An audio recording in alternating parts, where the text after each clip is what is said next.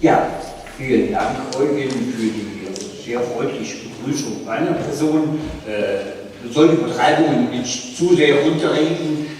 Ich denke, das war so in Ordnung, aber vielen Dank für die Einführung. Ja, ich bin tatsächlich schon lange hier im Geschäft.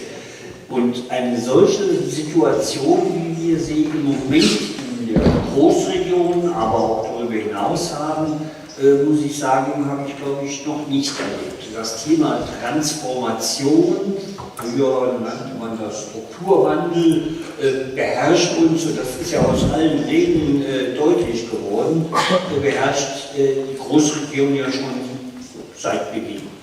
Stahlkrise, Kohlekrise, Krisen hier, aber im Ergebnis sind wir ganz gut durchgekommen. Was wir im Moment erleben, die Vielzahl der Herausforderungen, sage ich mal, ist heute Morgen ja schon von Eugen angesprochen worden und von Friedrich. Der hat ja eine sehr umfassende Darstellung aller Herausforderungen gegeben, vor denen wir im Moment stehen. Und ich bin froh, dass wir so viele kompetente Leute jetzt hier auf dem Podium haben, aus allen Regionen, die die Großregion darstellen, mit denen wir diskutieren wollen, was machen wir denn jetzt? Die Herausforderungen sind beschrieben, sind mehr oder weniger klar, aber unsere Runde, die wir hier jetzt in dem Podium haben, die soll ja die Frage beantworten, was machen wir denn damit? Wir haben viele Herausforderungen, wie reagieren die Gewerkschaften? Und so heißt ja auch die Überschrift Erwartungen und Beiträge der Gewerkschaft. Das heißt, welche Erwartungen haben wir an Politik, an Unternehmen, aber auch, was machen wir selbst, wo sehen wir unter den spezifischen Gesichtspunkt Großregion Möglichkeiten, nicht nur die Probleme zu beschreiben, sondern auch aktiv zu werden, zu handeln. Das ist eigentlich Aufgabe jetzt der nächsten guten Stunde, die wir Zeit haben, hier unsere Fragen zu besprechen, zu schauen, was machen denn die Gewerkschaften, die Erwartungen und die Beiträge der Gewerkschaften zu diesem Thema. Vorstellen brauche ich die Runde, glaube ich nicht, aber vielleicht können wir doch ganz kurz eine persönliche Vorstellung gleich kurz machen. Aber ich denke, das sind weitgehend bekannte Akteure. Nein. Ich vielleicht, und mein Vorschlag ist, dass wir diese Fragen, die ich gerade aufgeworfen habe, vielleicht in einer ersten Runde mal hier auf dem Podium machen. Ich sage mal 5 Minuten für jeden. Ich passe auf, deswegen behalte ich auch mein Mikrofon in der Hand. Dass jeder mal aus seiner Perspektive, seine Gewerkschaft, die Erwartungen und die Beiträge der kleinen Gewerkschaft für unsere Herausforderungen in der Großregion stellt. Dass wir aber nach dieser Runde, die wir hier machen, natürlich gerne auch mit dem Publikum, mit euch diskutieren, und da warte ich auf Fragen, aber auch auf Beiträge, die ihr aus eurer Perspektive mit in die Diskussion einbringt. Ich glaube, das war ausreichend Einleitung gewesen. Deswegen möchte ich jetzt ganz einfach Joel bitten, anzufangen. Eugen, glaube ich, hat die vorzustellen, brauchen wir ihn nicht. Und seine Inhalte hat er, glaube ich, eben auch schon in der Begrüßung deutlich gemacht. Deswegen würde ich das verkürzen. Joel, bitteschön. Ok, merci Wolfgang. Je voudrais d'abord faire une remarque préalable. Très franchement, ce matin, en venant ici à Rémy, je ne pensais pas participer à cette table ronde, mais c'est suite à la pression de ma délégation et pour que mon organisation soit présente ici autour de la table que je suis ici. Et puis la deuxième chose que je voudrais dire, et le dire vraiment avec beaucoup de sincérité, c'est que Wolfgang me présente comme des gens hyper compétents. Moi, évidemment, je ne me sens pas vraiment compétent, encore moins hyper compétent pour parler d'un sujet compliqué, aussi vaste que la question de la transformation. Alors les réflexions que je ferai sont forcément très généralistes. J'essaierai juste de les faire en tant que syndicaliste FGTB. Alors on parlait des attentes et des contributions des organisations syndicales et de mon organisation par rapport à la question de la transition. D'abord, il faut voir exactement de quoi on parle quand on parle de transition. Frédéric le disait tout à l'heure, le système capitaliste est en constante transformation, donc on parle maintenant ici de transformation, elle est constante cette transformation. Moi je parlerai plus de transition, et il a dit, pour les syndicalistes, ce qui est important c'est d'avoir une juste transition. Quand on a dit ça, on n'a pas encore dit grand-chose. Moi je crois qu'il faut d'abord prendre acte d'une série de choses qui me semblent importantes. Bon, la première c'est la question énergétique. Qu'on le veuille ou non, je pense que le temps où on pouvait fonctionner avec des énergies à bas coût, c'est un temps qui est révolu. Et je crois qu'on ne prend pas à sa juste mesure ce qu'a été, ce qu'a permis cette énergie à bas coût pendant plusieurs dizaines d'années. Ça a permis vraiment un développement industriel, mais aussi des progrès sociaux tout à fait essentiels. Je pense qu'on doit se rendre compte qu'on est vraiment dans une nouvelle époque, que l'énergie à bas coût, c'est terminé. Et la deuxième chose, c'est que la décarbonation, qu'on le veuille ou non, elle est absolument essentielle parce que la question écologique est une question incontournable. On n'a pas le choix. Ça, c'est une première réflexion. La seconde, c'est qu'il faut, à mon avis, se rendre compte aussi des évolutions géopolitiques actuelles.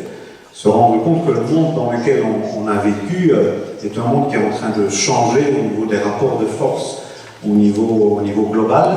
Je pense que le monde où on avait la Chine comme atelier du capitalisme, c'est terminé, et que l'Europe ne se rend pas bien compte qu'on est en train de passer dans un autre modèle et que le centre de gravité de l'économie mondiale est sans doute en train de changer.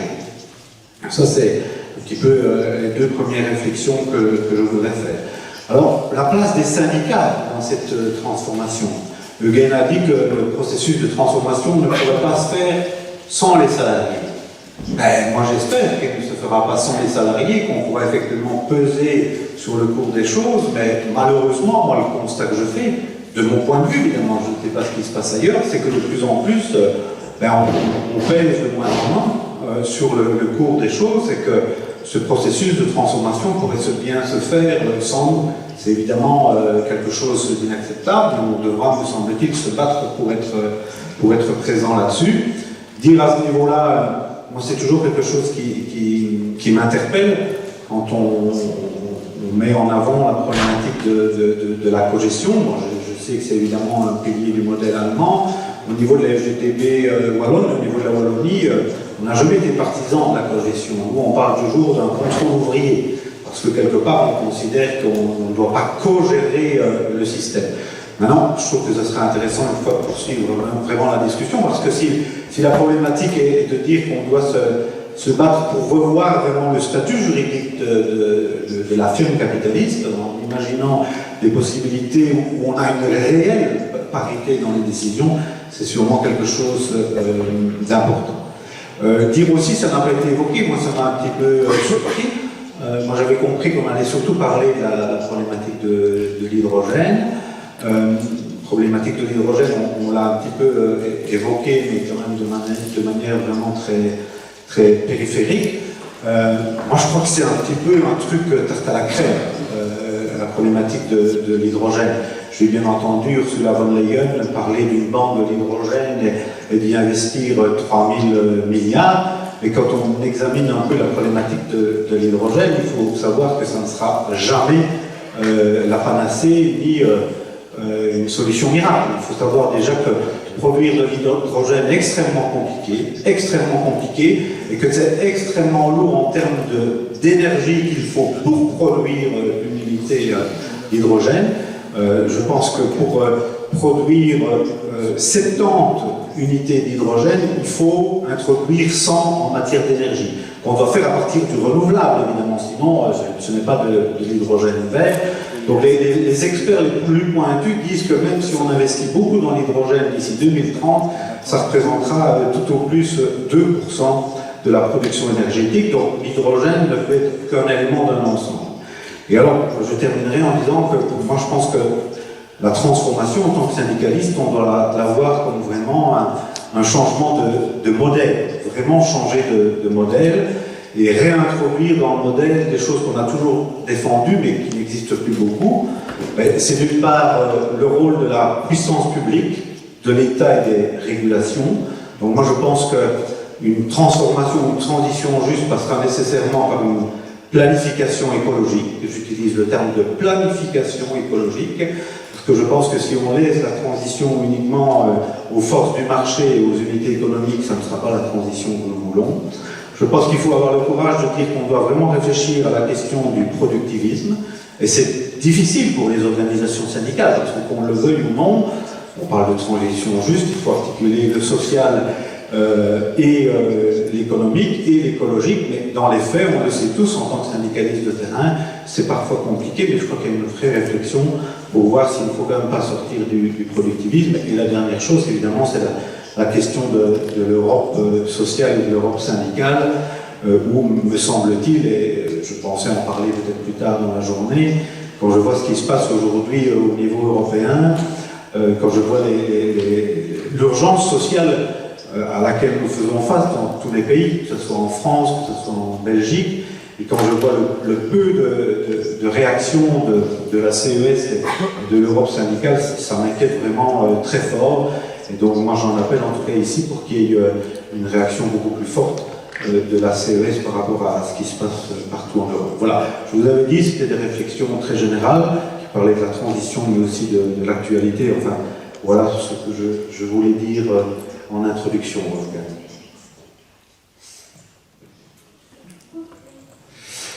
Oui, bonjour à toutes et à tous. Donc, je suis Denis Schnabel pour la CGT Grand Est. C'est toujours un plaisir de se retrouver à Rémiche pour débattre ensemble, sereinement. Et ça, la coopération, elle commence par là. Échanger ensemble pour trouver des solutions ensemble. Sans surprise, je vais aller un peu dans le sens de ce que disait Joël, puisque on a un peu des idées qui se rapprochent. Je pense que parler de transition aujourd'hui, c'est le bon moment. C'est le bon moment puisque on a vécu ces dernières années des situations inédites avec le Covid, et là, en ce moment, avec la guerre en Ukraine. Et nous sommes confrontés à des événements extérieurs qui démontrent aujourd'hui que notre économie mondialisée, mais aussi avec une Europe libérale, n'est pas la solution pour répondre aux problèmes. On a une économie qui est très fragile en fait. Et il a fallu injecter des milliards dans cette économie pendant le Covid. Tous nos États ont injecté des milliards dans l'économie pour qu'elle se maintienne à flot. Et aujourd'hui, avec la guerre en Ukraine, on voit bien les défis auxquels on est confronté pour maintenir la matière première à un certain niveau de coût, l'énergie à un certain niveau de coût. En Allemagne, c'est le gaz. Chez nous, c'est pour l'électricité. Mais et je dirais que effectivement, les politiques menées depuis plusieurs années nous montrent qu'aujourd'hui, on a laissé notre économie à la main, en fait, des grands groupes, des grandes multinationales, qui eux sont aux mains des banquiers. Et donc on n'a plus en face de nous des industriels, mais des banquiers. Et la problématique est bien que le banquier, s'il n'est pas industriel, il ne connaît pas le monde industriel. Et donc, qui connaît l'industrie, c'est que l'industrie, elle ne peut pas rendre tous les ans des profits à 2 chiffres. mais bien qu'il y a des investissements nécessaires, que des fois il y a du temps long et qu'il y a des fois on perd de l'argent. Mais on n'est plus dans cette logique-là. Aujourd'hui, toutes les entreprises doivent gagner de l'argent pour l'actionnaire. Et ça remet en cause vraiment les transitions comme elles devraient s'appliquer. Pourquoi? Parce qu'on a une réalité d'une concurrence effrénée entre nous, y compris des fois au niveau syndical. On l'a vu avec le GUN, quand on a essayé de travailler par exemple entre syndicats français et allemands, alors qu'il y a une entreprise d'un groupe qui allait fermer, c'est pas facile, puisque pour l'emploi, ben, on est en concurrence entre nous. Donc ce système met en concurrence tous les êtres humains sur une planète aujourd'hui qui est à l'agonie. Voilà. Et donc le système aussi fait que ben, la planète, il y a le pillage de la planète pour subvenir aux besoins. Donc il faut revenir vraiment, à mon sens, il faut revenir vraiment à ce que notre industrie, dans les transformations actuelles, elle prenne en compte l'homme et la planète au centre des préoccupations. On a à répondre aux besoins, effectivement, on a besoin d'automobiles, par exemple, de voitures électriques, etc. Est-ce que la batterie est la bonne chose? Pour les industriels, oui. Pour l'Europe, non, puisque demain, si on a une guerre économique avec la Chine, on sait très bien qu'on ne pourra pas continuer à produire des batteries. On sait très bien aussi qu'au niveau écologique, c'est un drame, puisque c'est de la pollution à l'extrême. Mais on continue à tout voir, tous les grands groupes automobiles, qu'ils soient français, allemands, américains, continuent d'aller vers l'électrification. Donc c'est grave, puisque c'est-à-dire qu'on n'écoute pas le bon sens. Le bon sens, c'est de revenir donc à des vraies valeurs et donc à un autre partage de la richesse qui sont créées par les travailleurs pour que les transformations, les transmutations écologiques, industrielles puissent se mettre en place vraiment par rapport à la réponse aux besoins, je dirais, des populations et non pas par rapport à la réponse aux besoins de la finance. Voilà. À mon avis, c'est essentiel. Les coopérations industrielles, donc nous on l'a vu avec le Covid, par exemple en France, on n'arrivait même plus à avoir du Doliprane, puisque tout est fabriqué à l'étranger, puisqu'on a laissé... c'est une chose simple, mais rendez-vous compte qu'on n'arrivait même plus à avoir du Doliprane. Et ça a alerté tout le monde. Il faut refaire une usine de Doliprane, oui, mais on a tout laissé à des grands groupes pharmaceutiques. Et donc, on voit bien qu'il faut revenir à une autre réalité et que ce qui est produit et travaillé pour les populations doit être fait localement pour ne pas être victime justement de ces aléas et de ces, on va dire, conflits géopolitiques. Voilà, et je pense que cette question-là peut être quand même travaillée au niveau européen. C'est-à-dire que l'Europe doit travailler ensemble pour retrouver une souveraineté en matière industrielle, mais aussi agricole, de santé, etc. Et je pense que le pas à franchir, c'est vraiment de mettre plus d'Europe, mais plus d'Europe au service des populations, et donc revenir sur un certain nombre de choses. Juste un dernier point. Wolfgang, sinon il va me tirer les oreilles. Un dernier point, c'est on est arrivé par exemple à avoir un projet européen, je pense qu'il est industriel, qui peut être porteur sur Airbus. On a montré depuis 20-25 ans qu'on est capable d'avoir de véritables projets industriels européens. Ah ben banco, faisons-le. Alors, l'hydrogène, certes, c'est pas la panacée, tu l'as dit, Joël, mais il y a besoin quand même d'y réfléchir sérieusement, puisqu'on sait aussi que la batterie électrique n'est pas la panacée, on sait que l'éolienne c'est pas la panacée, on sait que le nucléaire c'est pas la panacée, donc il va falloir vraiment avoir plus de moteurs, on va dire, énergétiques, de ressources énergétiques, pour pouvoir justement subvenir aux besoins. Et je pense, oui, Banco, on peut être force de proposition, nous, les organisations syndicales, pour dire à nos politiques pourquoi aujourd'hui on ne prendrait pas en main les choses pour monter, par exemple, un projet d'hydrogène en Europe, et pourquoi nous ne serions pas, alors qu'on a tous les moyens industriels pour le faire dans notre grande région, moteur en la matière pour faire des expériences, des expérimentations et déjà la recherche et le développement. Voilà. Ja, vielen Dank. Ich denke, da waren eine ganze Reihe sehr konkreter Vorschläge, die sich darauf konzentriert haben, dass wir in Europa verstärkt zusammenarbeiten und das heißt auch konkret in der Großregion, hier bei uns. Auf das Stichwort Wasserstoffkooperation werden wir sicher in die Diskussion noch kommen. Aber bevor ich jetzt noch ein Co-Referat habe, würde ich erstmal gerne Dominique weitergeben. Merci. Bonjour à toutes et tous. Dominique Toussaint, je suis le secrétaire général de la CFDT Grand Est.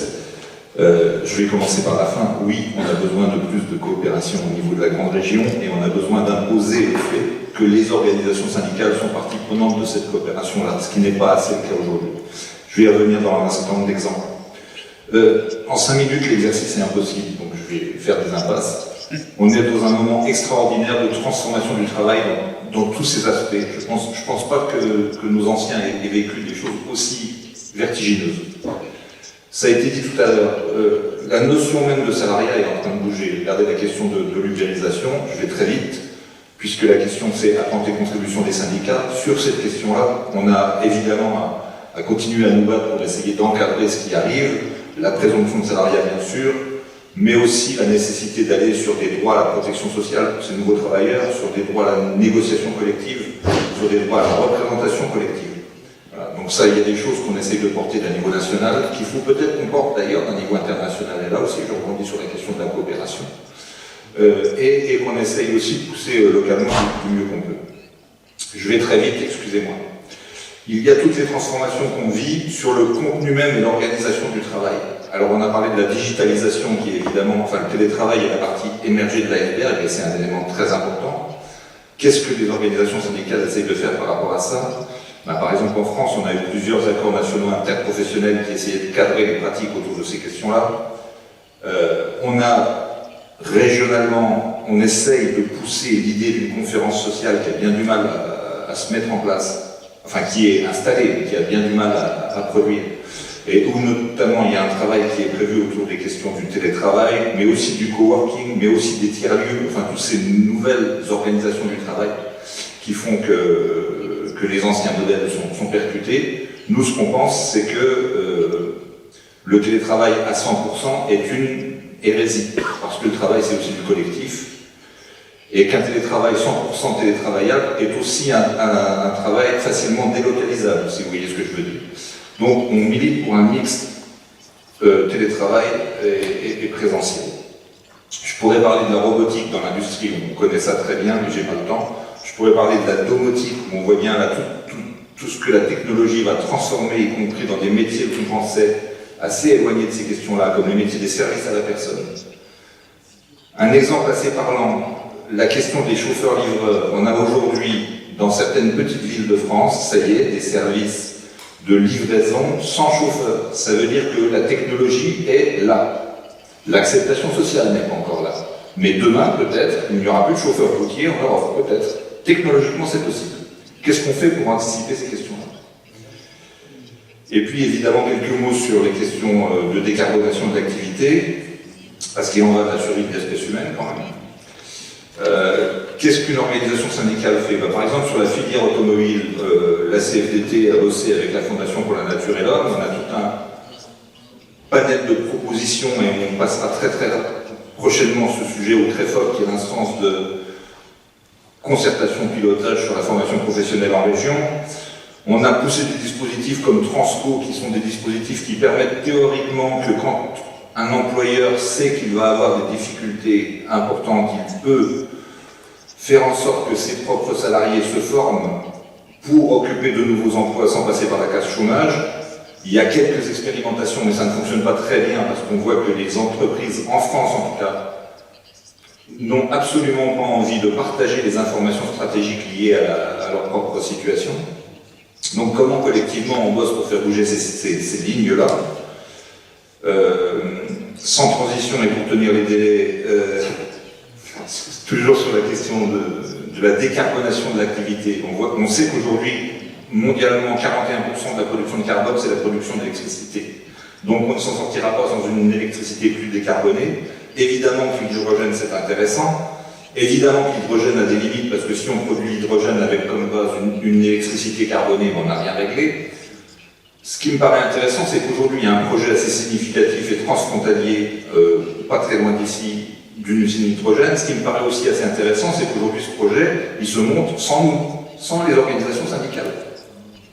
Comment on fait collectivement pour avoir des propositions de modification du projet, peut-être de l'avoir d'ailleurs sur un périmètre plus important, mais avec les organisations syndicales, parce que ça a été dit, on ne s'en sortira pas sans un mix équilibré, mais on ne s'en sortira pas sans une meilleure implication des représentants des travailleurs dans ces projets. Voilà, en gros, l'hydrogène, ne refaisons pas les erreurs du photovoltaïque, où en quelques années, l'ensemble de la technologie est parti en Chine. Donc, en conclusion, qu'est-ce qu'il faut qu'on fasse? Bien, il faut qu'on travaille collectivement à anticiper les mutations, d'un niveau national évidemment, d'un niveau régional on essaye, d'un niveau grande région on a sans doute beaucoup de progrès à faire. Il y a la question de développer les compétences nouvelles pour les salariés qui vont être impactés. Il y a la question d'orienter des ressources financières en faveur des investissements, et en tout cas pour la France, de conditionner les aides publiques qui sont très importantes à des pratiques vertueuses des entreprises, et on en est loin. Et puis pour être juste, la transition elle doit être démocratique. Donc elle naîtra d'un compromis associant tous les acteurs.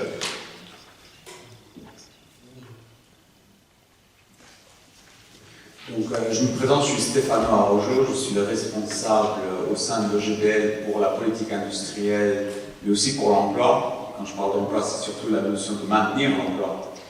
Et, et au quotidien, je suis en charge du secteur de la sidérurgie, donc je comprends très bien ce que Eugen, de ce dont il parle, parce que nous on le vit au quotidien. Et le secteur de la sidérurgie a vécu toutes les crises et continue à les vivre et est toujours là. Donc c'est un secteur qui a toujours su être réactif. Mais maintenant, dans les discussions ici, c'est toujours difficile d'arriver en dernier, parce que là, on a entendu beaucoup de choses, beaucoup de points que je partage. Mais ce qui me semble très important, c'est que ces entretiens de Rémiche nous permettent de nous asseoir ensemble, de discuter. Et ce qu'on constate réellement, c'est qu'on sait tous, on a tous des solutions aux problèmes. Mais ce qui ressort, c'est qu'on doit pouvoir s'imposer et ensemble. Parce que seul, on a des difficultés, on le connaît tous. Je crois qu'à niveau de chaque pays, on sait que le combat est très difficile. Et on sait que de l'autre côté, on ne nous attendra pas. Donc on se retrouve vraiment dans des situations où on demande tous plus de coordination, plus de coopération, de planification. Parce que tous ces termes-là se rejoignent. Hein. C'est vraiment une logique. Et ça rejoint une demande qu'on retrouve beaucoup au niveau d'Industriol, la Fédération européenne de l'industrie. C'est cette notion de la nécessité d'une politique industrielle commune en Europe. Il faut travailler ensemble. Pourquoi? Pour se défaire surtout de cette mise en concurrence. Parce qu'on le vit tous. C'est qu'on arrive au point où ici, nous on travaille ensemble, hein, mais nos entreprises, nos salariés sont mis en concurrence les uns avec les autres. À un moment où en fait on devrait travailler ensemble. On devrait développer des projets ensemble pour favoriser ces coopérations. Parce que si on développe un projet d'hydrogène, il ne pourra être un succès, je prends cet exemple-là, mais on peut en prendre plein d'autres, que si en fait on travaille ensemble. Parce que je prends l'exemple du Luxembourg, on peut être amené à consommer de l'hydrogène, mais pour le produire, très compliqué. Petit pays, infrastructure, très compliqué. Mais on sait que nos voisins ont des possibilités de le faire. Donc comment rejoindre les deux? Et comment le faire de manière à ce qu'on ne se marche pas les uns sur les autres, sur les pieds? Parce que là, c'est vraiment ce qui nous attend si on ne fait rien. Et j'ai entendu autre chose d'important, c'est ici, on entend beaucoup cette transition digitale, transition écologique, elle se fait avec un grand recours d'aide publique. Qui dit aide publique dit aussi notre argent. Et là, on n'entend pas la voix des salariés, des pensionnés, ceux qui payent des impôts. Et ici, il faut absolument arriver à des exigences. Donc les entreprises, les secteurs qui bénéficient de ces aides doivent être amenés à s'engager, à fournir des contreparties. Et ces contreparties, elles sont claires pour nous. C'est maintenir les emplois, développer les emplois, réindustrialiser l'Europe. C'est ce qu'on demande aujourd'hui. Je termine. Ja, vielen Dank. Vielen Dank für die Eröffnungsrunde. Ich glaube, das hat schon eine ganze Reihe von Anregungen gegeben, aber auch Diskussionspunkte, weil ich habe auch schon unterschiedliche Einschätzungen, zum Beispiel zum Thema Mitbestimmung, Mitwirkung, das habe ich schon rausgehört, das geht nicht nur mir so. Aber bevor ich jetzt ein Purreferat halte, will ich gerne die Fragen, die sich jetzt aus den Eingangsstatements ergeben haben, an das Publikum, an euch weitergeben.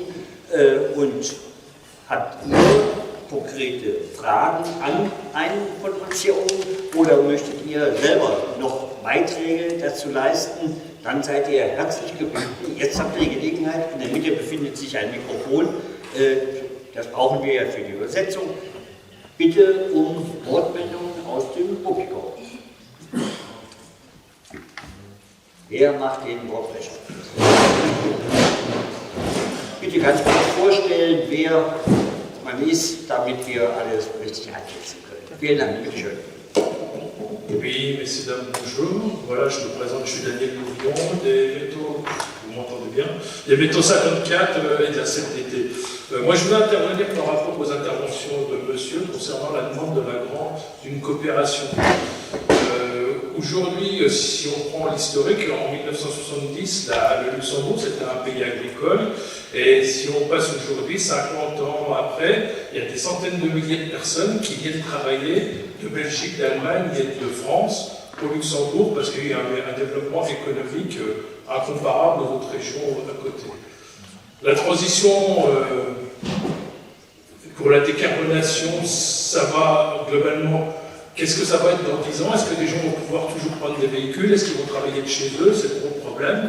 Le problème, c'est qu'aujourd'hui, qu'est-ce que nous, et c'est là ma question vis-à-vis des syndicats, comment on coopère tous ensemble pour arriver à créer une synergie dans notre région et pas travailler les uns au détriment des autres? Je prendrai simplement les cas de la santé. Aujourd'hui, là, en France, parce que je viens de France, on forme des infirmières, des manipulateurs radio, des tas de personnes qui, à peine leurs études finies ou même déjà leurs études en cours, savent qu'elles vont travailler soit en Belgique, soit au Luxembourg, voire en Suisse, hein, parce que et au détriment, ça fait qu'en fait en France, on manque de milliers de personnes, d'infirmiers, et ceux qu'on forme partent à l'étranger. Et ça s'insinue à ce qu'on oublie aussi, c'est la transition démographique, parce que ça a commencé en Allemagne il y a quelques années, ça arrive en France. On a une démographie qui baisse énormément, et on a moins de jeunes qui arrivent sur le marché de l'emploi, on a une population qui vieillit aussi. Et là, comment nous, on travaille au niveau de la région pour arriver à travailler ensemble, à développer des voies de travail, d'aide. Moi, quand j'entends la région, elle nous dit qu'il n'y a pas de possibilité, que le Luxembourg ou la Belgique vident les écoles de soins et de santé en France. Il y a peut-être possibilité de créer plus de postes de formation, de créer des nouvelles voies ou de concertation. Et là, qu'est-ce que nous, les syndicats, on a la capacité de faire? Voilà, c'était ma question. Je vous remercie. Vielen Dank. Gibt es unmittelbar noch eine weitere Frage? Bitte schön. Da ist das Mikro.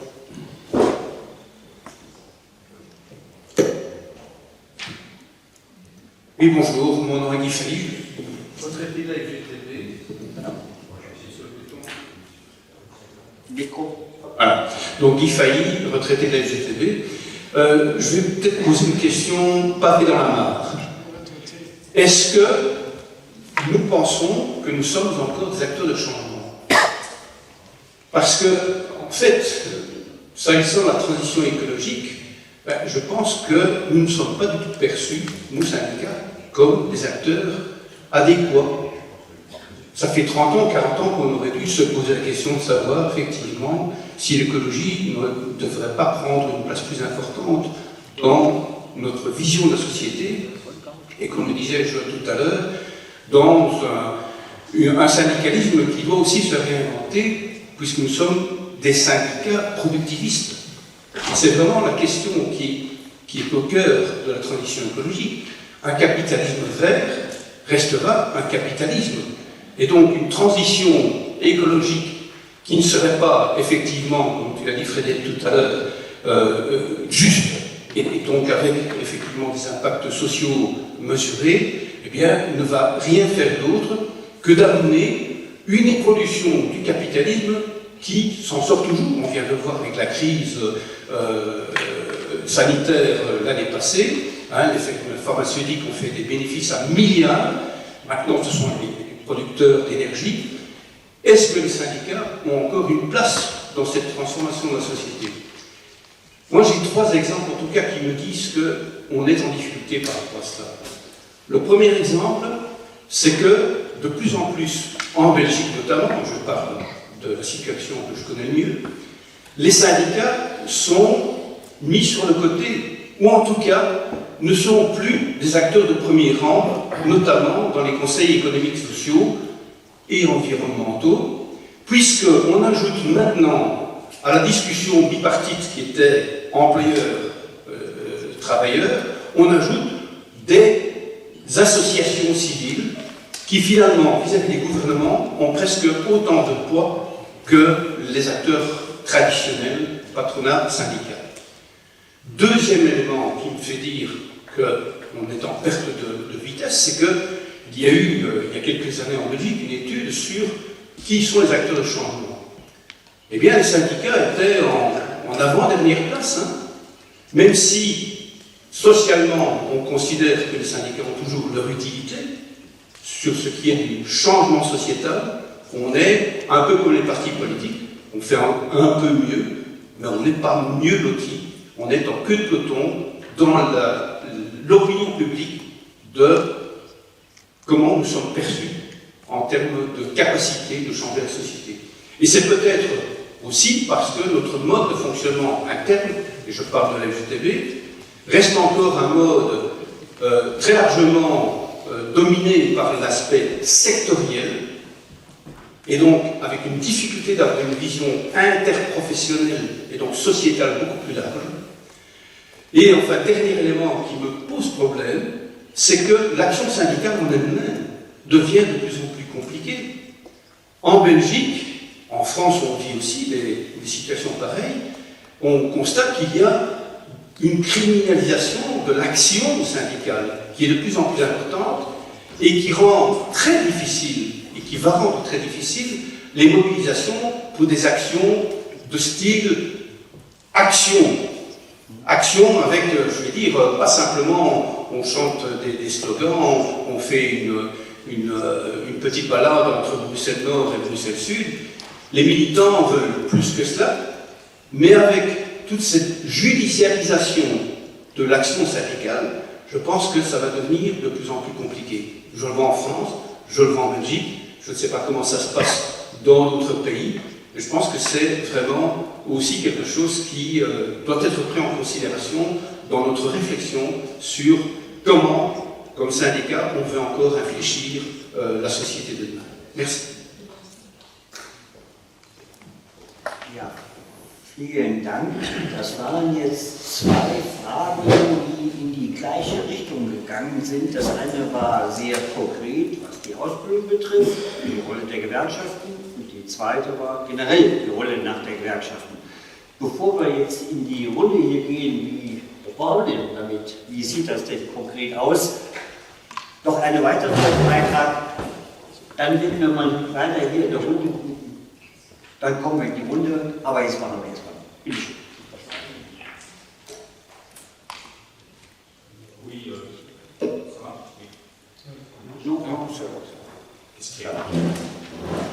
Oui, Jackie Goud, retraité de la CGT, mais voilà, j'ai eu le plaisir aussi d'être président du CSI avant la fusion. Moi, je voudrais revenir sur un peu l'historique parce que sur cette idée de coopération des organisations syndicales, en particulier de notre CSI.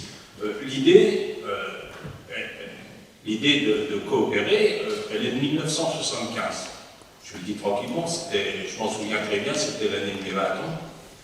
Donc, très important, où l'idée, on avait la crise de la sidérurgie à l'époque, il faut se souvenir, et l'idée entre organisations syndicales, face aux plans sociaux qu'on avait un peu à l'époque dans notre grande région, si on l'appelait comme ça, l'idée a dit il faut qu'on se mette ensemble. C'est comme ça qu'on a créé le premier conseil syndical interrégional en 1976.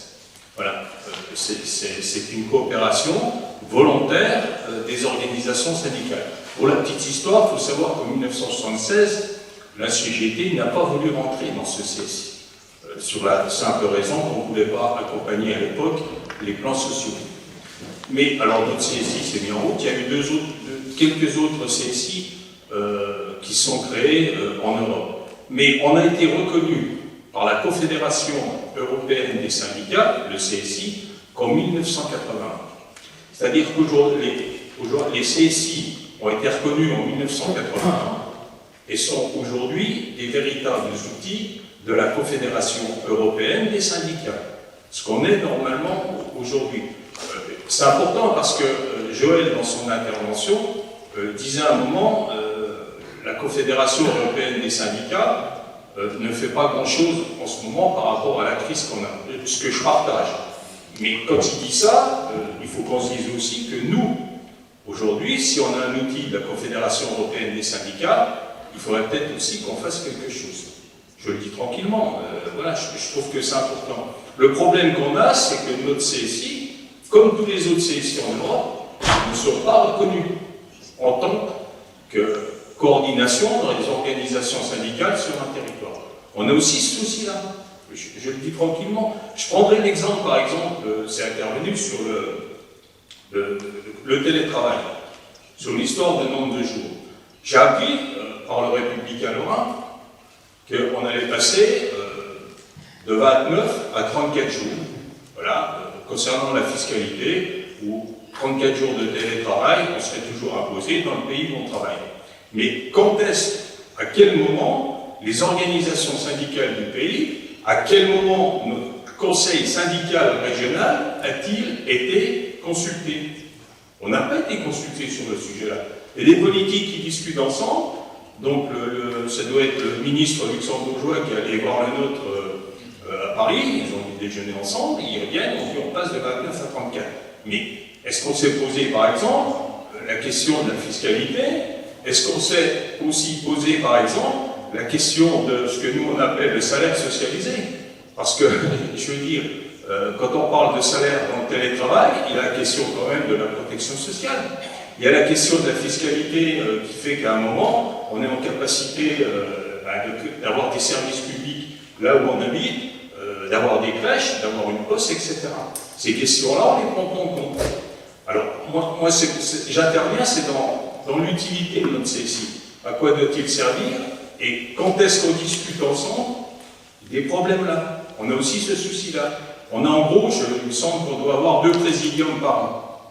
Donc on se réunit, c'est-à-dire que les organisations syndicales de la grande région, pour faire simple, se réunissent 2 fois par an, une paire d'heures, des fois une, voilà. Alors qu'on devrait avoir, à mon avis, plusieurs échanges pour avoir des discussions sérieuses sur plusieurs sujets. Il y a le télétravail, il y a la question des transports, on en a quand même pas mal, y compris sur la transformation du travail et des questions énergétiques. Hein. On peut aussi, je sais que par exemple sur les questions énergétiques, entre organisations syndicales, il y a des questions qui fâchent. On se dit des choses. Si je parle par exemple du nucléaire en France, je sais que mes collègues et camarades allemands ne partagent pas tout à fait le même point de vue que certaines organisations syndicales françaises. Parce que aussi, c'est aussi notre réalité, on a plusieurs, si on prend l'exemple de la France, on a aussi plusieurs organisations syndicales, ou quelquefois on a d'ailleurs du mal des fois à discuter. On discute mieux, parce que j'ai toujours dit, entre organisations syndicales françaises, on discute mieux au CSI que des fois sur le territoire. Je dis, voilà. Voilà un petit peu moi ce que je voulais dire, quoi. C'est surtout sur, voilà, qu'est-ce qu'on fait aussi de notre CSI et comment surtout on arrive à le faire reconnaître comme un interlocuteur en face de nos politiques, en face des économistes de notre grande région. On a ce souci-là aussi, depuis plusieurs années. Voilà. Ja, vielen Dank, Jacques. Jemand, der mit viel... So. Vielen Dank. Da hat jemand gesprochen, der mit viel Erfahrung die lange Geschichte kennt, aber immer Optimist geblieben ist. Ja, dass es auch funktioniert. Wir glauben daran, dass es funktioniert. Die drei Beiträge, die wir jetzt gehört haben, machen es für mich als Moderator ziemlich einfach. Normalerweise ist die schwierige Aufgabe eines Moderators immer darin, das Thema, unser Thema heißt Erwartungen und Beiträge der Gewerkschaften noch beizuhalten. Normalerweise kommen dann immer verschiedene Themen, werden abgeschweift. Heute sind alle drei Beiträge mit unterschiedlichen Schwerpunkten genau bei unserem Thema Erwartungen, Beiträge, Gewerkschaften. Von daher kann ich das jetzt relativ einfach machen und die Personen hier auf dem Podium fragen, ja, was heißt denn das konkret? Was ist denn in der jeweiligen Region, im Saarland, fangen wir mal an, in jeder Region, wo sind denn die Gewerkschaften heute in der Transformationsdiskussion präsent? Was ist Realität? Und die zweite Frage, die ich anschließen würde, was wünschen wir uns denn? Diese beiden Fragen würde ich gerne zuerst dem Eugen stellen, aber ich warne die anderen, die Frage stelle ich auch. So, das ist jetzt gefährlich, weil alle Redebeiträge haben mir gefallen. Alle. An allem, das ist ja unser Problem, an allem, was gesagt wurde, ist was dran. Insbesondere der Kollege Fahy hat einige die Sinnfragen gestellt. Warum machen wir das überhaupt? Warum sollen wir uns überhaupt auf diesen Prozess einlassen? Geschweige denn, ob wir im Prozess beteiligt sind? Fragezeichen. Ich versuche es mal wirklich kurz und knapp. Jackie, du hast mit deiner Erfahrung zu Recht gesagt, wenn die Probleme so groß sind und die Fragen und die Antworten, die gesucht werden, dann muss man kontinuierlicher arbeiten, als wir das bisher getan haben. Wir haben das jetzt so organisiert, das ist eine schlichte Information, dass wir uns mit dem sogenannten Direktoire, das ist auf Deutsch das geschäftsführende Präsidium des interregionalen Gewerkschaftsrates, einmal im Quartal treffen, also 4-mal im Jahr. Das ist einmal am ersten Dienstag, glaube ich, eines Monats im jeweiligen Quartal. Trimester, gut. Und zusätzlich dann 2-mal in der größeren Runde unser Plenum, das ist pro Gewerkschaft, sind das die Direktoire-Mitglieder, die sitzen zum Teil hier vorne, zum Teil sitzen sie auch hier unten, plus jeweils 4 aus der jeweiligen Region. Das ist so die Plenäre. Heißt, wir treffen uns 5-mal insgesamt, da müsste man sehen, wie gezielt wir da zu Ergebnissen kommen. Zu der Frage, sind wir in diesem Prozess Getriebene oder treiben wir diesen Prozess? Gibt es natürlich unterschiedliche Erfahrungen. Ich hatte als ein Beispiel, und nicht anders ist das zu verstehen, das gesetzliche deutsche Instrument der Montanmitbestimmung angesprochen, was ich für das beste Instrument halte. Wenn ich meine Kollegen da hinten ansehe von Dillinger, die leben das jeden Tag. Das bedeutet, wenn man diese gesetzliche Grundlage hat, müssen wir beteiligt werden, sonst wären es Gesetzesverstöße. Und das fürchten die Arbeitgeber und die Kapitalisten auch, dass sie irgendwo als Kriminelle hingestellt werden, weil sie gegen Gesetze verstoßen. Trotzdem müssen die Betriebsräte hauptsächlich und ihre Gewerkschaften, das ist die IG Metall und bei uns noch die IG Bergbau, Chemie, Energie, die allerdings kleiner werden, tagtäglich im Betrieb aufpassen, dass die gesetzlichen Voraussetzungen auch wirklich eingestellt werden. Weil der Kapitalist ist ja so, er ist nicht mitteilsam, er redet nicht gerne mit den Kollegen, wie die Kapitalentwicklung ist. Und wenn sie keinen gesetzlichen Anspruch hätten, würden sie nichts hören, um es mal auf den Nenner zu bringen. Das ist eine Sonderentwicklung, die kann man nicht so einfach jetzt auf die Großregion oder gar Europa übertragen, aber es war immer schon erstaunlich, die deutschen Kapitalisten wollten uns immer schon sagen, das geht niemals in Europa. Never ever. Das geht noch nicht mal in der Großregion. Das ist ein Hemmschuh für die Großregion, für Europa. Wieso denn das? Wenn man das politisch wollte, natürlich entsprechend ausgearbeitet, könnte man das auch interregional oder sogar europäisch rechtlich justiziabel sauber aufstellen. Das ist die Frage, ist der gesellschaftliche Wille da, ist der Kapitalwille da und ist der öffentliche Wille da? Ich stelle fest, dass die Öffentlichkeit für solche Ideen, und nochmal, das ist nur ein Beispiel, sehr viel Sympathie hat, weil sie merken, dass ein Teil der Gesellschaft abgehängt wird, wenn man gerade in so gewaltigen Transformationsprozessen den Menschen keine Mitspracherechte gibt und besser als über Gewerkschaften, demokratisch gewählte Institutionen kann man Mitsprache nicht organisieren. Ich mache jetzt einen großen Sprung. Also wir sind teilweise beteiligt, wir wünschen es uns teilweise auch noch mehr, weil nicht überall ist Montanmitbestimmung. Auch in Deutschland gibt es natürlich unter dem Dach des DGB eine gewisse Meinungsvielfalt. Wenn man zum Beispiel redet, wie ökologisch, wie umweltbewusst soll die Transformation sein, hast du zwischen unseren Gewerkschaften, zum Beispiel den Industriegewerkschaften und den Gewerkschaften des öffentlichen Dienstes, durchaus unterschiedliche Ansichten, zumindest über die Geschwindigkeit. Die einen sind nah dran, die sehen, ich kann beispielsweise die Energien, die wir haben, nur dann ersetzen, wenn ich neue Energiequellen verlässlich habe. Die anderen sagen, wenn wir das jetzt nicht radikal ändern, ändern wir es nie. Das ist so grob gesagt ein Gegensatz, der bei uns diskutiert wird in der eigenen Familie des Deutschen Gewerkschaftsbundes. Ich will jetzt gar nicht die einzelnen Akteure da nennen, man könnte sie sogar personalisieren. Da gibt es Unterschiede. Das ist nicht ganz unflott, wenn man zum Beispiel gesehen hat, dass jetzt die deutsche Bundesregierung für den Gaspreisdeckel und so weiter einen namhaften Gewerkschafter, nämlich den Präsidenten der IG Bergbau, Chemie, Energie dort an den Tisch gesetzt hat, der auch in der Tagesschau gestern Abend und so weiter dann verkündet hat, warum er meint, dass das, was die sogenannte Ampelregierung in Deutschland jetzt erfunden hat, warum das richtig ist.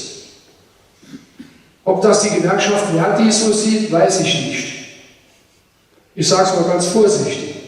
Also da gibt es schon in der Differenziertheit Unterschiede, aber der entscheidende Punkt ist, mit Michael Vassiliadis hat von uns einer am Tisch gesessen. Er hat sogar die Sprecherrolle. Die hat man ihm gegeben.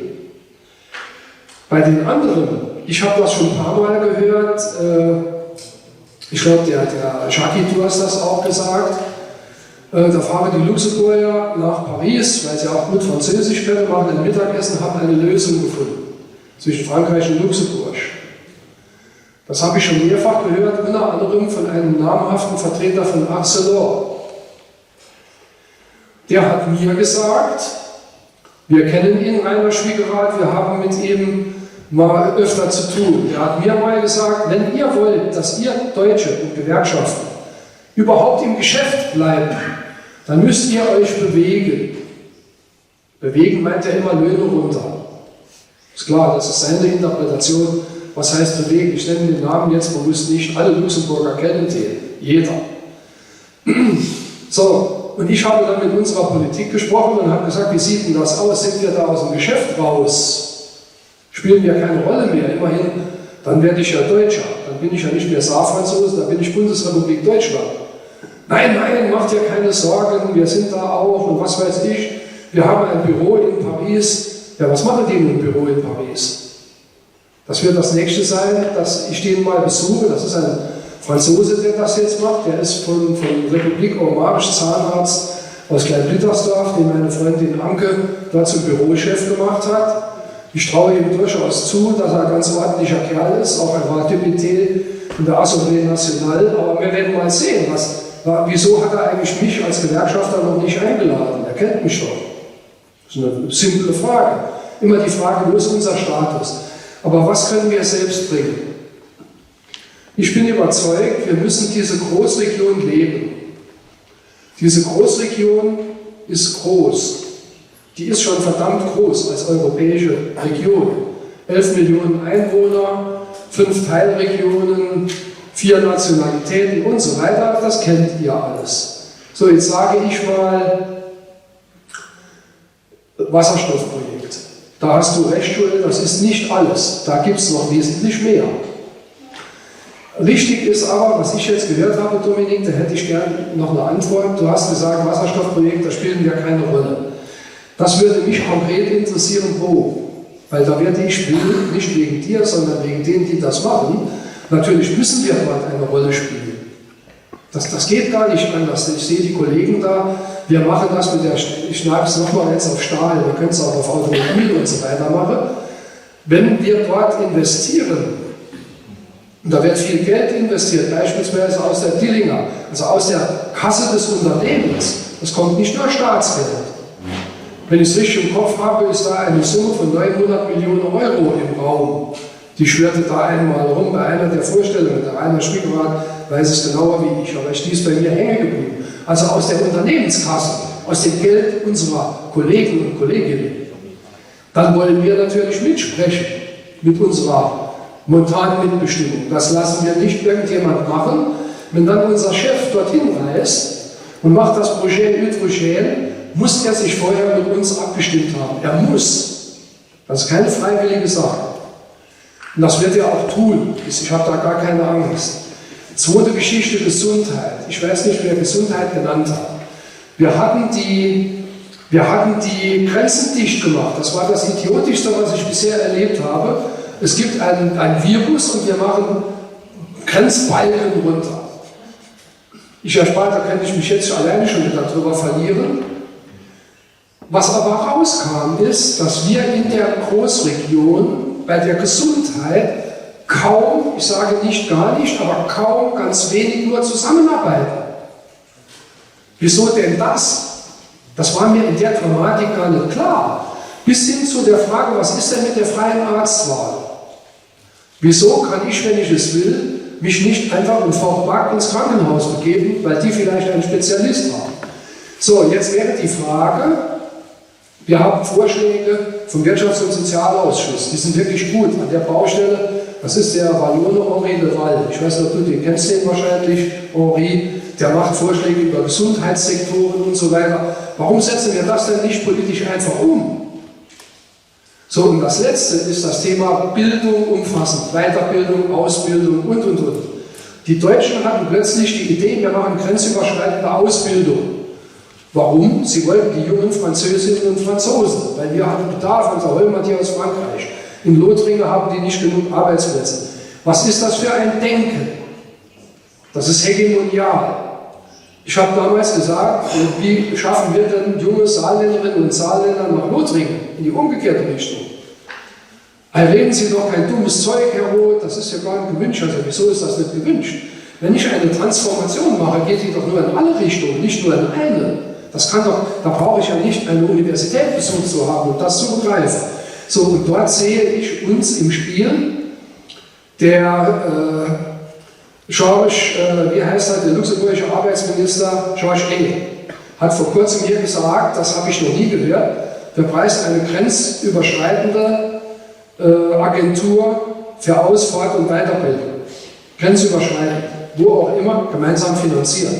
Das ist ein sehr konkreter Vorschlag. Lasst euch den mal auf der Zunge zergehen, besser wie die Universität der Großregion, die ist ein Geist, die funktioniert nicht wirklich. Sie nennen sich so, aber sie machen es nicht. Aber wir könnten es besser machen. Das wären 3 konkrete Dinge. Und es war zu lang, weil ich will heute, dass wir rausgehen und sagen, wir wissen in etwa die Richtung, wo wir hingehen. Sorry, dass es ein bisschen mit Herzblut war. Nein, Herzblut verzeiht.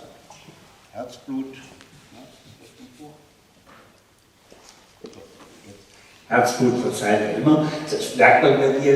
Ich denke, inhaltlich hast du ja schon ganz viele Sachen angesprochen, die in der deutschen, klar, nämlich eine Feldperspektive, da wo es funktioniert und da wo es nicht funktioniert. Und meine Frage an die anderen Podiumsteilnehmer: Wo funktioniert es denn bei euch? Die Beteiligung der Gewerkschaften an dem Transformationsprozess. Wo funktioniert es? Wo funktioniert es nicht? Was wünscht ihr euch? Und welche Rolle spielt die Großgefahr?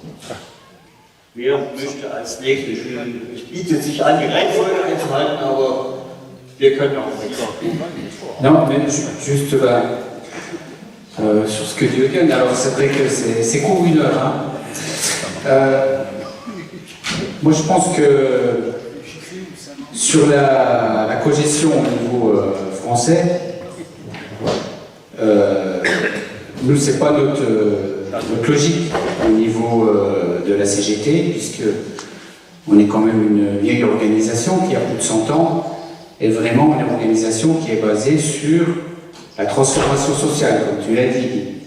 Donc nous on a toujours l'habitude de dire à nos militants et à nos jeunes militants, le CGT c'est le syndicat de la fiche de paye dans l'entreprise, ou du carreau cassé, mais c'est aussi le syndicat qui veut essayer de transformer cette société. Et je peux dire que la cogestion aujourd'hui, depuis les années Sarkozy, d'autres pourront le dire après moi, mais je pense qu'ils s'en sont cassés les dents, notamment avec Macron, puisque Macron n'en a rien à faire des organisations syndicales, son projet il est décidé, et quoi qu'on en dise, son projet prend fin, et on est en train de le vivre en ce moment sur les retraites, sur l'assurance chômage, et pour quand toutes les organisations syndicales, on est d'accord là-dessus. Donc avec Macron, avec le libéralisme de Macron, c'est pas possible la cogestion. Voilà. Alors après, dans les entreprises, effectivement, il peut y avoir des cas où cette cogestion peut être possible. Mais c'est souvent, quand on est dans une entreprise avec encore le patron en face, et non pas des financiers, où les choses sont vraiment posées, et où l'intérêt de chacun est pris en compte. Et aujourd'hui, dans les multinationales, ce n'est plus possible. Ce n'est plus possible puisque les décideurs sont pas en face des syndicalistes. Ils sont soit à Chicago, soit à Berlin, soit à Paris, ou à Londres, ou à Luxembourg aussi. Et donc on n'a plus les décideurs en face, et donc c'est compliqué cette cogestion. Pour pas être trop long, Jackie a amené une chose, à mon avis, qui est importante dans la transformation actuelle que l'on voit arriver, y compris au niveau européen. Est-ce que notre CSI peut prendre la mesure de ces questions, et comment on peut prendre en compte les choses? Je pense que c'est important cette question-là, puisque le CSI, c'est quand même le lieu où on se retrouve et on peut discuter sur des sujets essentiels. Et il ne faut pas qu'on l'oublie, ça. Et effectivement, je pense qu'on pourra voir avec Eugen et avec les participants au CSI pour que les prochaines réunions, on ait des sujets concrets à travailler et qu'on ait des positions communes. Vous voyez, par exemple, nous, au niveau du Grand Est, on arrive à très bien travailler avec la CFDT sur certains sujets. Au moins, on échange ensemble, on n'est pas toujours d'accord, mais on arrive toujours à mettre en avant sur ce qu'on s'accorde. Et là, on met un peu en difficulté les décideurs quand on est ensemble. Et ça, on en a pris conscience. D'ailleurs, on se revoit pour travailler des choses ensemble, parce que, effectivement, aujourd'hui, on est dans un système où on est condamné à travailler ensemble.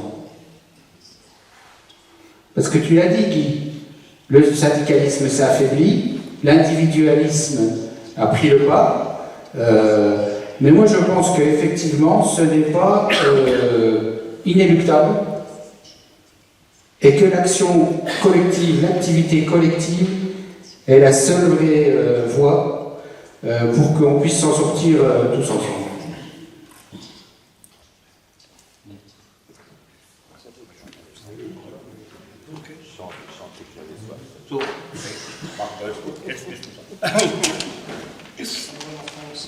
Merci. Je vais essayer de faire pas plus long que non, très rapidement. Alors, je ne vais pas vous faire la liste de là où ça marche, de là où ça marche pas. Parce que d'abord, ça serait fastidieux, et puis ça serait déprimant, parce qu'il y a beaucoup plus de situations où ça marche pas que de situations où ça marche. Il n'empêche que les questions d'anticipation, de transformation de l'outil productif, on a réussi à les accompagner à plusieurs reprises. Moi, j'ai pas honte de dire ça, parce qu'au final, c'est ce qui a permis de développer un certain nombre d'emplois et d'améliorer la situation des travailleurs. Quelques exemples qui me viennent comme ça. Il y a quelques années maintenant, mais quand même, le pacte Lorraine, à l'époque de la fermeture des hauts-fourneaux de Florange. Revenons sur cette histoire. Hauts-fourneaux de Florange. Le projet que nous portions était à l'époque déjà un projet écologique, puisqu'il s'agissait de la captation du CO2 pour permettre une sidérurgie verte. Mittal a choisi de l'investir ailleurs. C'est malheureusement les limites de l'exercice quand on est face à un patron aussi puissant. Il n'empêche que investissement de Mittal, investissement de la puissance publique, aujourd'hui un nombre d'emplois significatifs sur le site, sans doute au même niveau d'ailleurs qu'étaient les emplois des hauts-fourneaux à l'époque. Donc quelque chose de très significatif. Ça ne fonctionne que quand on est capable, organisation syndicale, d'être costaud dans l'entreprise, sur le territoire de proximité et au niveau national, voire d'ailleurs au niveau international. Donc je boucle avec la discussion sur à quoi sert notre CSI et comment demain il faut qu'on s'organise si on veut réellement pouvoir peser. J'ai des contre-exemples évidemment. Tu parlais de la filière hydrogène, Gabi. Fermeture des centrales à charbon en France. Des projets de territoire qui se mettent en place pour développer de l'activité en lien avec la fermeture de ces centrales-là. Sur un des territoires transfrontaliers émerge cette idée d'une unité de production hydrogène. Nous ne sommes absolument pas associés à ce projet de territoire. C'est, en tout cas en France, le fait du prince, du préfet, qui décide ou pas d'associer les organisations syndicales au truc. Voilà. Et la région qui joue un rôle de jeu, parce que parfois ils ont besoin de nous. Ça a été le cas à Fessenheim où on a été très investis, parce qu'ils avaient besoin de nous pour réussir la fermeture de la centrale. Et par contre, je pense que très cyniquement, sur le territoire de la fermeture des centrales à charbon, ils ont estimé qu'ils n'avaient pas besoin des organisations syndicales. Donc les choses ne sont pas naturelles, à chaque fois c'est une bagarre, et c'est une bagarre qu'on gagne effectivement plus facilement si on est unis plutôt que si on est divisé. Sur les autres sujets qui ont été évoqués très rapidement, comment on dépasse les égoïsmes nationaux? Parce que c'est de ça dont on parle, notamment avec l'exemple de la santé. Là. Moi je ne sais pas comment on dépasse les égoïsmes nationaux. Mais je sais que tant que le CSI ne bossera pas plus avec le CESER en région et n'essayera pas plus de forcer la porte vis-à-vis des politiques et des instances de décision interfrontalière, eh ben on ne s'en sortira pas. Il faut vraiment qu'on renforce ces choses-là qu'on avait réussi à faire à une époque et qu'on fait beaucoup moins aujourd'hui. Les infirmiers, deux sujets. La question effectivement des coopérations franco-luxembourgeoises, je ne rentre pas dans le détail parce que ça va devenir très compliqué. Mais pour revenir juste sur la France, tant qu'on aura des infirmières qui auront une durée de vie professionnelle de 5 ans, tellement les conditions d'exercice sont dégueulasses, on continuera à en former des centaines et des centaines tous les ans et on n'aura rien réglé. Donc on voit bien qu'on a une multitude de sujets à prendre en compte en même temps. La formation, les coopérations internationales, la question des conditions de travail très concrètes que vivent les salariés secteur par secteur et même boîte par boîte. Donc le syndicalisme, moi je pense que la crise a fait un regain de popularité des organisations syndicales, parce qu'on a prouvé notre utilité. Donc les choses ne sont pas inéluctables. Mais effectivement, il faut qu'on bouge. On ne peut plus être des organisations productivistes. C'est vrai. C'est vrai que la question de la sobriété heureuse est devant nous, quoi. C'est-à-dire qu'on ne va pas pouvoir aller vers une croissance infinie, c'est évident. Sauf que la sobriété heureuse, elle n'est possible qu'à une condition, c'est qu'on s'occupe en priorité des plus démunis. Et là aussi, on a un sacré enjeu devant nous. Ja.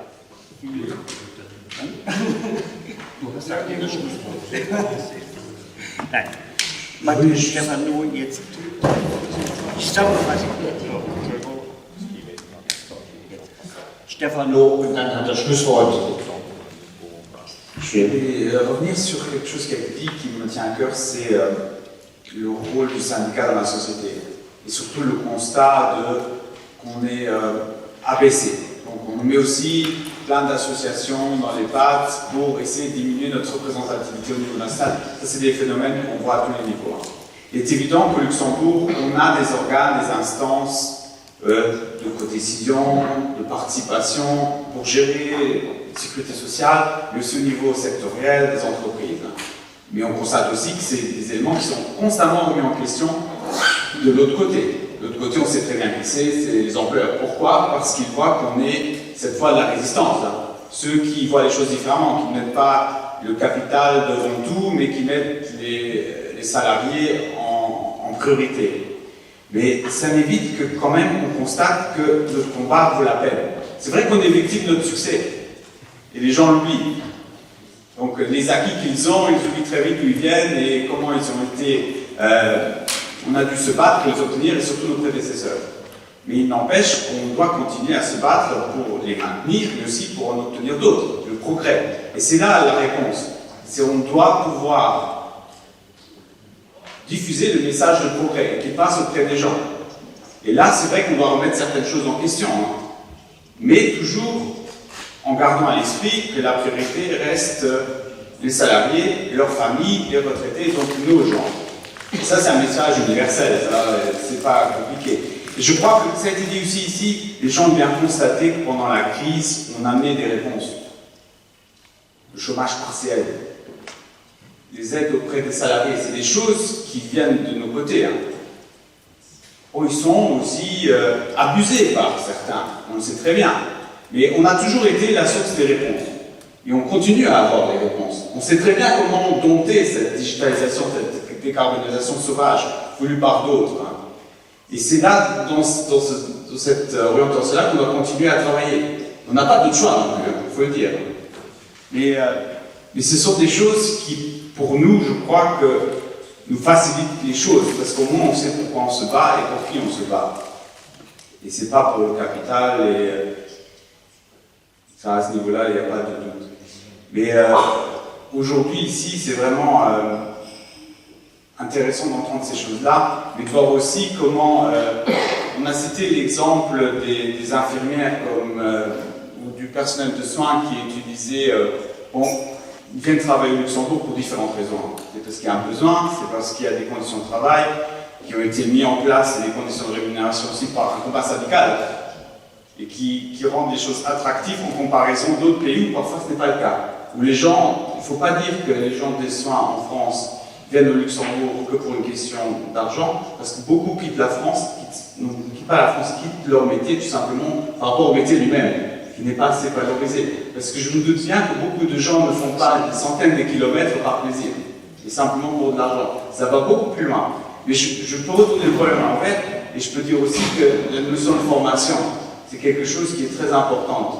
Et l'Université du Luxembourg, qui est là depuis seulement quelques années, il faut le reconnaître, forme beaucoup de frontaliers et d'étrangers, des gens qui viennent de beaucoup plus loin. Et ça, c'est un avantage pour tout le monde, parce que beaucoup ne restent pas ici, ils retournent chez eux. Et c'est ces coopérations-là qui doivent être maintenues, favorisées, parce qu'au niveau de la formation professionnelle, on a tous nos problèmes, chacun de notre côté. On sait très bien qu'on manque de personnel qualifié à tous les niveaux, dans tous les secteurs, dans tous les métiers. Et voilà, je terminerai. Désolé. Ja, das ist die unangenehme Rolle des Moderators, dass er die interessanten Auftritte. Die unangenehme Rolle des Moderators immer wieder zu unterbrechen, weil ich ein bisschen auf die Uhr gucke und ich weiß, dass der Mahnung ja auch bei euch kommt. Deswegen will ich auch dem wird uns noch genügend Raum geben, einen letzten Beitrag zu leisten für unsere Diskussion, die ich persönlich für sehr, sehr spannend halte und auch für produktiv. Ich denke, da können wir schon was draus machen, aber jetzt erstmal aus der wallonischen Perspektive. Bitte schön.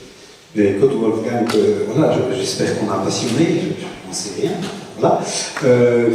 Moi, puisque je suis amené à conclure, si j'ai bien compris, j'ai commencé le premier, je termine le dernier. Moi, je voudrais terminer en essayant d'avoir une formulation qui est volontairement nuancée, parce que je pense qu'elle ne tient que si on prend la nuance et les deux éléments de ce que je veux dire.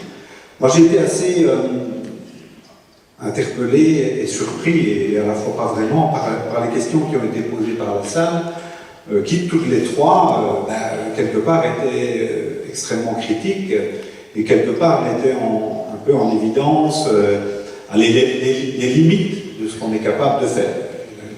La question concernant la possibilité de travailler ensemble sur une question aussi importante que la problématique des soins et du métier infirmier, des questions posées par mon camarade Guy, que je connais depuis longtemps, donc il ne m'a pas vraiment surpris, mais c'est des questions essentielles, et celle de Jackie reposant un peu la question de notre utilité. Je crois qu'il ne faut pas se voiler la face, et c'est le premier élément de ce que je veux dire.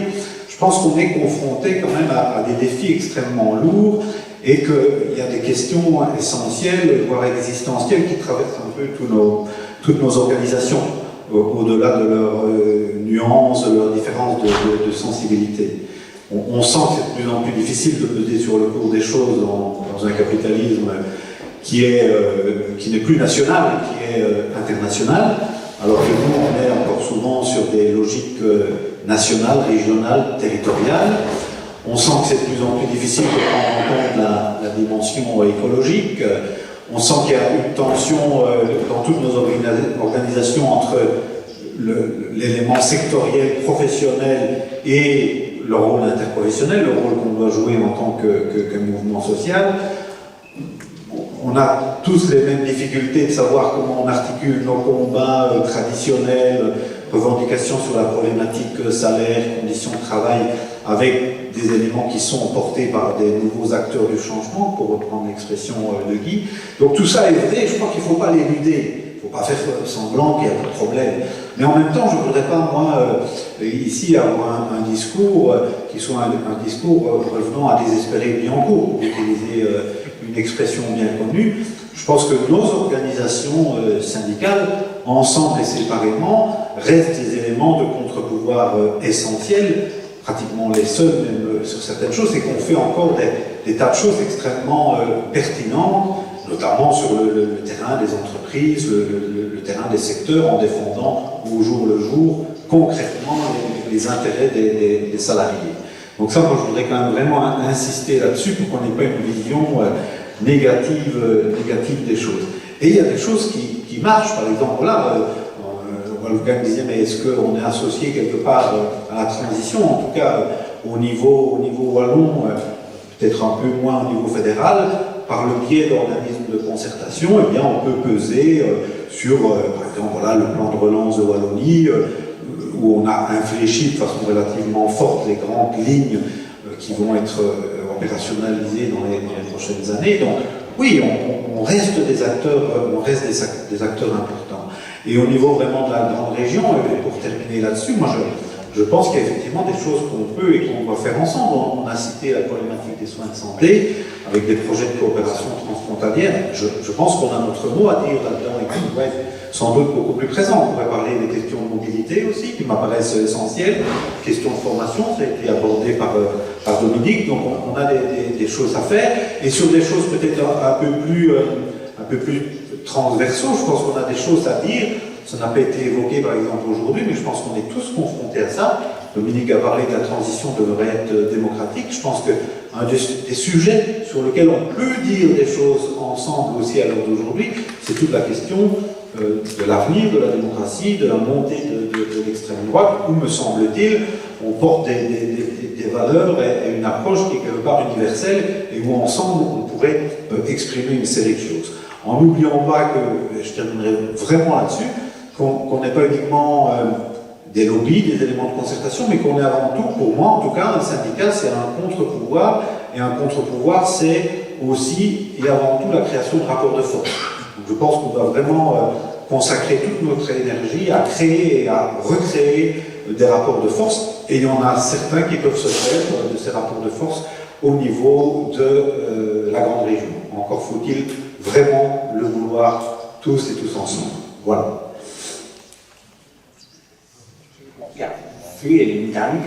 Ich fand das ehrlich gesagt wirklich eine sehr spannende Diskussion, sowohl die regionale, nationale Perspektive, aber auch bei allen Beiträgen die Frage nach der Großregion, nach den Fragen der Aufgabe des IGR, der Großregion gewerkschaftlich die Organisation ist.